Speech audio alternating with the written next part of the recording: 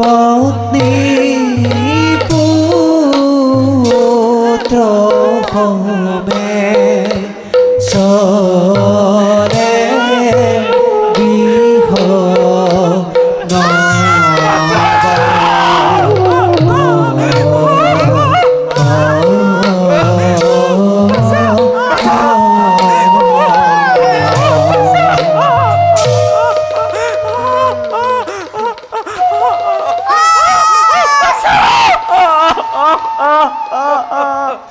পিতা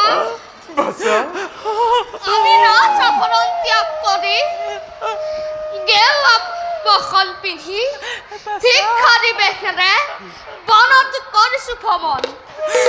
আপুনি আছিল ৰজা, আজি কিয় বনবাসী ব্ৰত কৰিছে ধাৰণ? ঈশ্বৰৰ ইচ্ছা, যাৰ ইচ্ছাত ঘূৰিছে ভূমণ্ডল, চৰাচৰ জগতৰ গৰাকী যিজন, তেওঁ ইচ্ছা হলে ৰজাও হৈ ভিক্ষাৰী। এটা কথা ৰাণী, মই এতিয়াও বুজি নাপালো স্বামী। ৰাণী, পুত্ৰ তুল্য সমৰে কিয় ৰাণী, কিয় আমাক সত্য কৰাই দিলে বনবাস? অমৰ সিংহটো আগে এনে ঐশ্বৰ্য লোভী নাছিল। মানৱ জীৱন চিৰকাল নাযায় একেদৰে। পৰিৱৰ্তনশীল পৃথিৱীত কোনো বস্তুৱে স্থায়ী নহয়। আজি ৰজাজন কালিলৈ হ'ব পাৰে ভিক্ষাৰী, আৰু দৈব্যহু প্ৰসন্ন হলে ভিক্ষাৰীজনেও পাব পাৰে ৰাজসিংহাসন।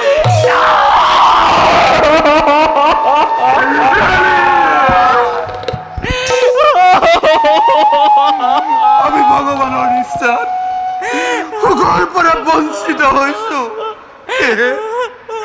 আনক দুখ দিয়ে একো লাভ নাই ৰাণী।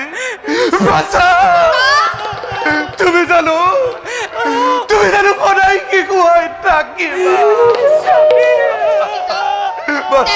তেন্তে আমি তিনিজন বনত ঘূৰি ফুৰিম, আৰুতো কোনো নাযায় পিতা। কি কলা পুৰঞ্জন, তোমালোক যাবা ৰাজ্য এৰি? সনাতন পগলা থাকিব পৰি? আমিও যাম তোমাৰ লগত, ঘূৰি ফুৰিম বনৰ মাজত। তেন্তে ভালেই হ'ল, সনাতনো আমাৰ লগ হ'ল। নাই বাছা,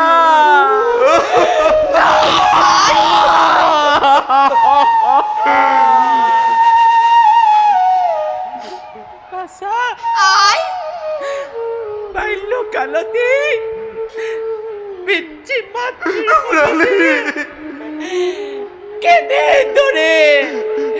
কেনেদৰে কটাবি জীৱনে দাৰুণ যন্ত্ৰণা। কিয় তুমি কাণ বিচাই?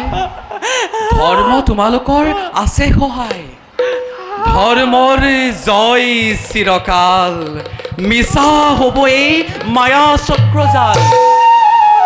বলা বলা আমি সকলোতে অন্য পথে কৰো খবৰ।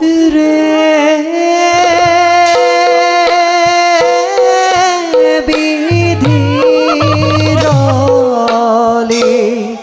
খন বুলি ভাবিলে ধৰ্ম